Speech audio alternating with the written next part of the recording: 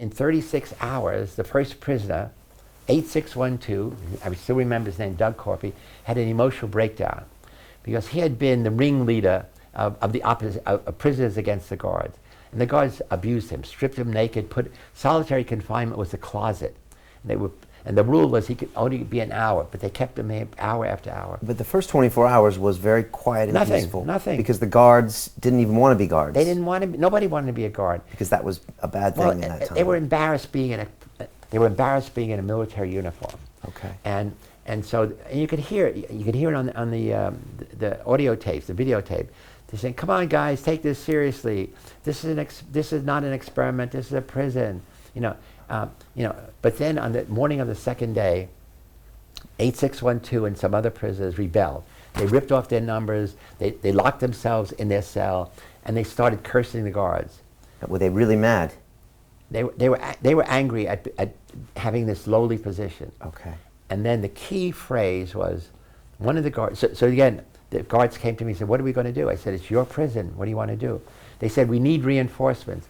So we had all 12 guards come at once, break down the door, drag the prisoners out, strip all the prisoners naked, put them in some in solitary confinement. Some of them they tied up, some of them were. And that was their decision to strip them naked. It was their decision, and because they got angry.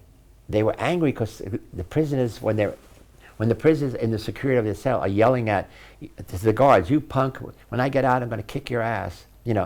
A big prisoner would say to a little guard. And now two things happen. One of the guards said, "These are dangerous prisoners. We're going to have to show them who's boss."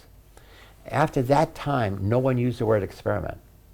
So again, remember, all they had to do is say, "I quit the experiment." Instead, they begin having nervous breakdowns, crying, screaming, out of control. And that becomes the way you get out of the study. So in 5 days, in something everybody knew was an experiment, 5 prisoners, normal, healthy, had emotional breakdowns. It was astounding. I couldn't believe it. I thought they were faking. I thought they were acting. But it was clear. It was one after another after another. And they had forgotten they were in an experiment as well? Yeah. I mean, all they had to do was say, "I quit the experiment." But they didn't. They had become the prisoner. They had become and the guards the role. had become the guards. And once they said, "This is a dangerous prisoner," that was the first act of dehumanization. Right. This is not a person anymore. No. It's us against them. Yeah, and then it's only about power. And safety. So power. evil is the intentional use of power to control other people in various ways, to dominate. And you have to constantly show that you have power and they have none. So it's asking them to do more and more inhumane things, more and more horrible things. Do push-ups. Okay, that's not so bad. Then you get his buddy to step on you while you're doing push-ups. You get 2 prisoners to sit on you so that you get crushed to the ground. You line up. One guard would tell the prisoner, "Tell him he's a shithole. Tell him he's a spit in his face." I mean, but it was gradual. Each day it was more and more extreme. And yet it escalated. It kept going. Why would it escalate? Because you have to keep showing that more and more dominance, or a new version of it. The other thing that happened is, afterwards, some of the guards said, "We had 8 hours to kill, and it was really boring.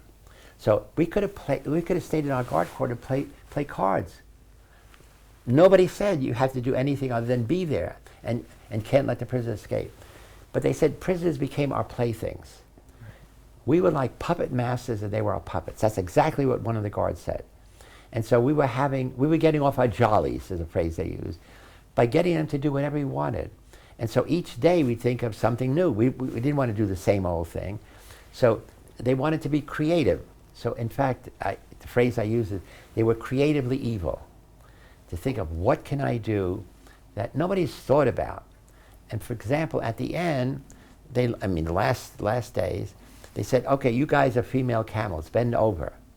Now remember, they have no underpants. When they bend over, their butt is showing. They say, "Okay, you guys get behind them.